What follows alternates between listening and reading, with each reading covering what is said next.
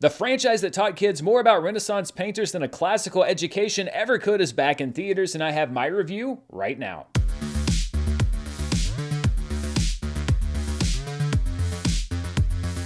This video is brought to you by Stamps.com. Use promo code Murrell for a special offer, and stay tuned after this review for more info. Hello everybody, I'm Dan Murrell, and welcome to my review of Teenage Mutant Ninja Turtles Mutant Mayhem, which is hitting theaters today on Wednesday, getting a jump on the weekend.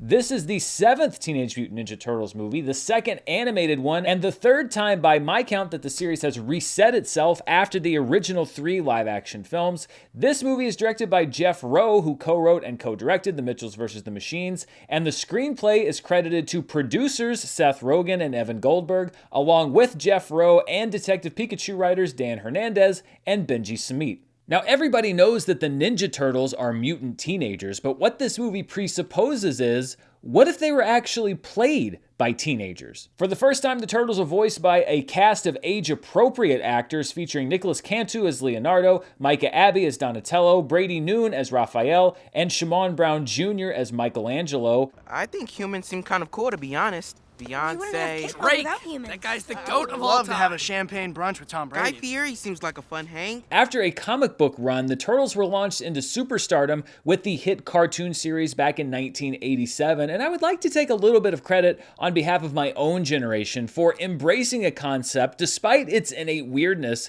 that obviously has had enough potential to entertain going on its 3rd generation of kids. Maybe it's because that essential background information is right there in the title, Teenage Mutant Ninja Turtles. As a matter of fact, those 2 turtles right there over my shoulder are 2 of my original turtles from about 35 years ago. In this new version, we meet the young turtles before they've ever interacted with humans, thanks to a particularly xenophobic upbringing by their father, the mutated rat Splinter, voiced by Jackie Chan. You watch a movie with a humans? Ugh. You ratted us out. Hey, don't use that word that way.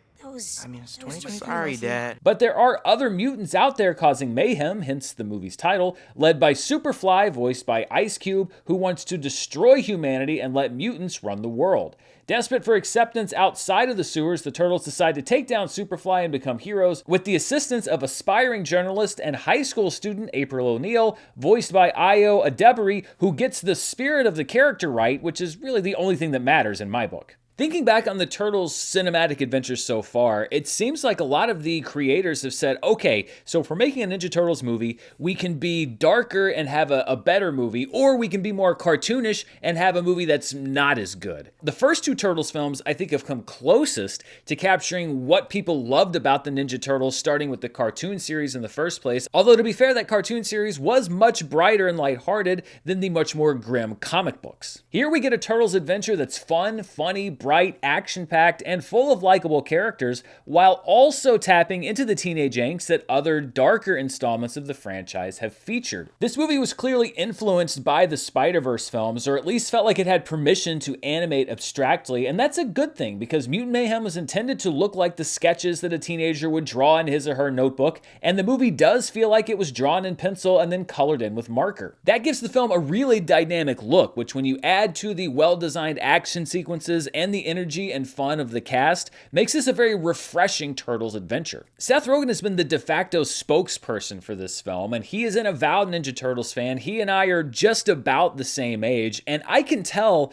that we loved the Turtles for the same reasons, because this movie does bring out of them the same things that I loved in them when I first saw them 35 plus years ago. Mainly because it's a quartet of awkward heroes with distinct personalities who share a natural chemistry and an antagonistic love for each other. Look, we all think humans are cool, but we got a job to do. Let's go. I'm the leader of the group. You sound like you have bronchitis. Each of the Turtles is starting to fit into their established roles in the mythology of the Ninja Turtles, but it doesn't feel rote or like it's a retread, largely because of the concept of casting younger actors to voice these roles. Leonardo's leadership skills are still burgeoning, Michelangelo doesn't quite know what to do with his nervous energy, nor does Raphael know how to deal with his aggression, and Donatello is just beginning to unlock his intellectual potential. It's fun for kids who don't know know who the Turtles are, because they're getting to discover these characters for the first time, and I think that they are maybe more relatable to a younger audience than they've ever been in this film. And it's also fun for older audience members who do know who the Turtles are, because you're seeing these signs of where the characters are going, and you understand what this is going to develop into later on down the road. I imagine there are going to be a lot of kids sitting in the theater who are going to be having a great time with this movie, sitting next to their parent or parents who also watched Ninja Turtles growing up and are having equally as great a time watching it. The movie's also helped by having an incredibly deep cast of supporting actors. In addition to Ice Cube as Superfly, standouts include Seth Rogen and John Cena as Bebop and Rocksteady, Post Malone as Ray Fillet, that's a deep-cut character that I was glad to see on screen, and Paul Rudd, who really steals the show as Mondo Gecko, a totally chill dude who just happens to be hanging out with the bad guy. Mutant Mayhem is what I've wanted from a Ninja Turtles movie for a very long time, which is just a lot of fun.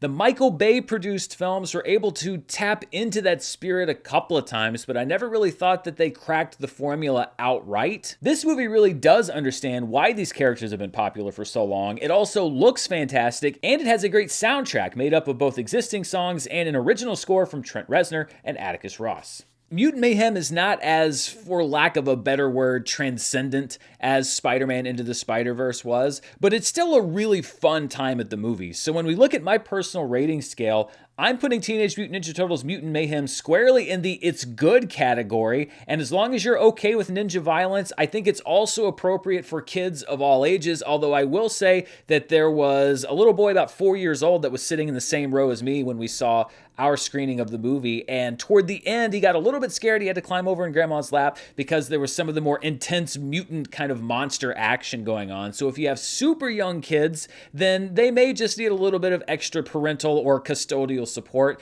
But generally, I think that all audiences, young and old, are going to have a great time. Also, just a public service announcement, be sure to stick around for the mid-credits because there is a very critical mid-credit scene that happens in the movie. So that's a recommendation for me on Teenage Mutant Ninja Turtles Mutant Mayhem. What do you think? Are you going to be giving the Turtles another shot this weekend, or will this be your first Turtles adventure? Let me know down in the comments below. And before we go, I want to thank the sponsor for this review, Stamps.com. This episode is brought to you by Stamps.com. You know, it's almost back to school time, and if you're heading back or getting ready to go back, one thing you don't have time to do is spending forever in line at the post office to mail something. Well, the good news is you don't have to with Stamps.com. If you mail or ship things often, Stamps.com can do the hard part for you. All you have to do is print postage and labels right from your home or office, and it's ready to go. No waiting in line, no complicated setup. You just need a computer and a printer. Stamps.com will even send you a scale to use. Just in the last month, postage rates went up for the second time this year, so it's more important now than ever to find a great price, and Stamps.com has huge discounts up to 84% off of USPS and UPS rates,